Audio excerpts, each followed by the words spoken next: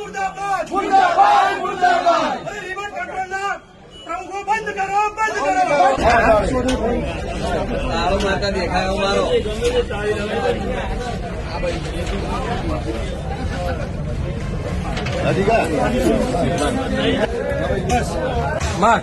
ઉભા રહેજો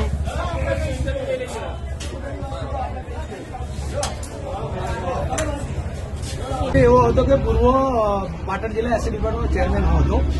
સમયાંતરે સમય પૂરો થતા રિપીટની પ્રથા જયારે આવી ત્યારે સમગ્ર ધારાસભ્યો એક્સ ધારાસભ્ય સિટી ધારાસભ્ય પ્રમુખ અને 250 આગેવાનો આ જિલ્લાને માગણી એવી કરી હતી કે હસમુખભાઈનું કામ સારું છે, કોંગ્રેસની સીટ ગણાતી અનુસૂચિત જાતિની સંખ્યાઓનો માહોલ વધ્યો છે અને કોંગ્રેસને ફાયદો થયો છે, એમની રિપીટ કરવાની માગણી હતી.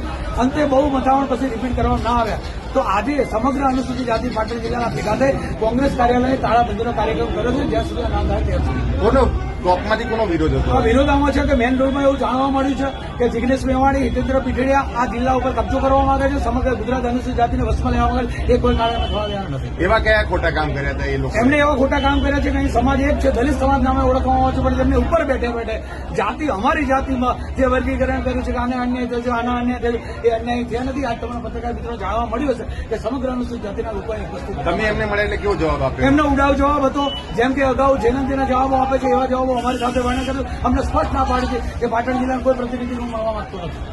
અનુસૂચિત જાતિની જે મોરચાનું છે તેની માંગણી શું છે? અમારે મોરચાની માંગણી એવી છે કે મને રિપીટ કરવાની, હું નથી કહેતો, અમારો મોરચો કે છે અને જિલ્લા પ્રમુખો કે છે, ચાલુ ધારાસભ્યો કે છે. સેન્સ પ્રક્રિયાને પણ બિલકુલ લેવામાં આવી નથી અને મરજી મુજબ એમને કામ કરાય. રાજીનામાની તમે વાત હા, રાજીનામાના આવનાર દિવસો 7 તારીખે અમિતભાઈએ ટાઈમ આપેલો છે.